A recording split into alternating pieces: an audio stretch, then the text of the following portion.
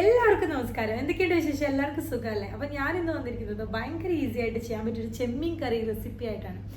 ഇന്ന് ഈ ചെമ്മീൻ കറി എന്ന് പറയുന്നത് നമുക്ക് മടിയുള്ള സമയങ്ങളിൽ, അതുപോലെ മടിയുള്ളവർക്കും കുക്കിങ്ങിന് മടിയുള്ള ആളുകൾക്കും ബാച്ചിലേഴ്സിനും ഒക്കെ ഉണ്ടാക്കാൻ പറ്റുന്ന രീതിയിലുള്ള ഭയങ്കര ഈസി ആയിട്ടുള്ള ഒരു മെത്തേഡാണ്. എന്നാൽ ഭയങ്കര ടേസ്റ്റുമാണ്.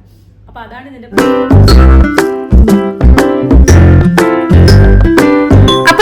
ടേസ്റ്റി ആയിട്ടുള്ള ചെമ്മീൻ കറി എങ്ങനെയാണ് വെക്കുന്നതെന്ന് നോക്കാം. 3 പച്ചമുളക് ചെറുതായിട്ട് നടുവൊന്ന് കീറി കൊടുത്തിട്ടുണ്ട്. അതുപോലെ കുറച്ച് ചെറിയ ഉള്ളി, ഒരു പീസ് ഇഞ്ചിയും ചെറുതായിട്ട് നുറുക്കി കറിവേപ്പില കൂടിയിട്ടിട്ടുണ്ട്. കഴുകി വൃത്തിയാക്കി വെച്ച് ചെമ്മീനോട് അതിലേക്ക് ഇട്ടു.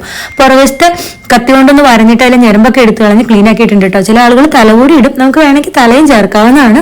ഇവിടെ നമ്മൾ തല മാറ്റിയിട്ടുണ്ട്. അപ്പൊ ആവശ്യത്തിന് ഉപ്പും മഞ്ഞൾപ്പൊടിയും കൂടെ ചേർത്തിട്ടുണ്ട്. പിന്നെ ഇന്ന് ചെമ്മീൻ്റെ കൂടെ നമ്മൾ വെക്കാൻ പോകുന്നത് ഏത്തക്കായാണ്. അപ്പൊ ഏത്തക്കായുടെ തൊലിയൊക്കെ കളഞ്ഞിട്ട് നല്ല രീതിയിൽ ഒന്ന് കഴുകി എടുത്ത്, എന്നാൽ തീരെ കനം കുറഞ്ഞ രീതിയിലല്ല, ചെമ്മീൻ്റെ ഒരു ഷേപ്പ് കിട്ടുന്ന രീതിയിൽ റൗണ്ടിൽ തന്നെയാണ് അരിഞ്ഞിരിക്കുന്നത്. ഇതും കൂടെ കൂട്ടിയിട്ട് കൈ കൊണ്ട് നന്നായിട്ടൊന്ന് തിരുമ്മി യോജിപ്പിക്കണം.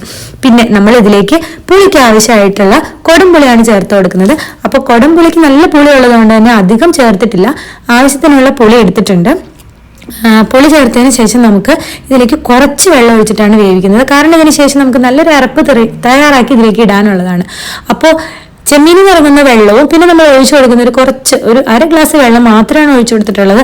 അതും അതിലേക്ക് ഇട്ടിട്ട് നമ്മളൊന്ന് മൂടി വെച്ച് കുറച്ച് നേരം, പ്രത്യേക സമയമൊന്നും എടുക്കുന്നില്ല, അരപ്പ് റെഡിയാക്കുന്ന ഒരു സമയം മാത്രം മൂടി വെച്ചൊന്ന് വേവിച്ചെടുക്കുകയാണ്. അരപ്പ് റെഡിയാക്കാൻ വേണ്ടിയിട്ട് മിക്സിയുടെ ചെറിയ ജാറിലേക്ക് ഞാൻ കുറച്ച് തേങ്ങ എടുത്തിട്ടുണ്ട്. തേങ്ങയിലേക്ക് മഞ്ഞപ്പൊടിയും അതുപോലെ നമ്മുടെ മല്ലിപ്പൊടി 1 സ്പൂണും പിന്നെ എരിവിന് ആവശ്യത്തിനായിട്ടുള്ള പച്ചമുളക് ചേർത്തിട്ടുണ്ട്. അതനുസരിച്ച് നമ്മൾ മുളക് പൊടിയും കൂടെ ചേർക്കുന്നുണ്ട്.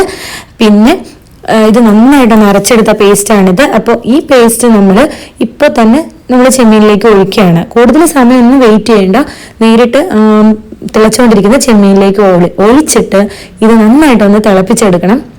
നല്ലോണം തിളപ്പിച്ച് കുറുകി വരുമ്പോഴത്തേക്കും നമ്മുടെ കറി റെഡിയായി. ഇത്രയും ഈസിയാണ്, കൂടുതൽ സമയമൊന്നും അതിൻ്റെ കൂടെ നിൽക്കണ്ട.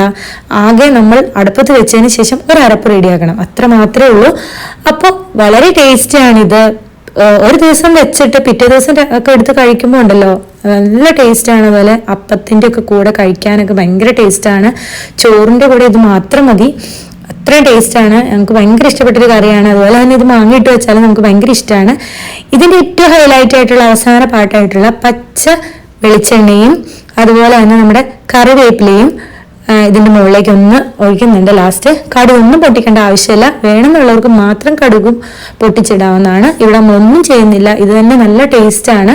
അപ്പോൾ എല്ലാവരും ഇതൊന്ന് ഉണ്ടാക്കി നോക്കുക. വീഡിയോ ഇഷ്ടപ്പെടുകയാണെങ്കിൽ ലൈക്ക് ചെയ്യാനും കമന്റ് ചെയ്യാനും മറക്കരുത്. അപ്പോൾ നമുക്ക് മറ്റൊരു വീഡിയോയിൽ കാണാം. അതുവരേക്കും ബൈ.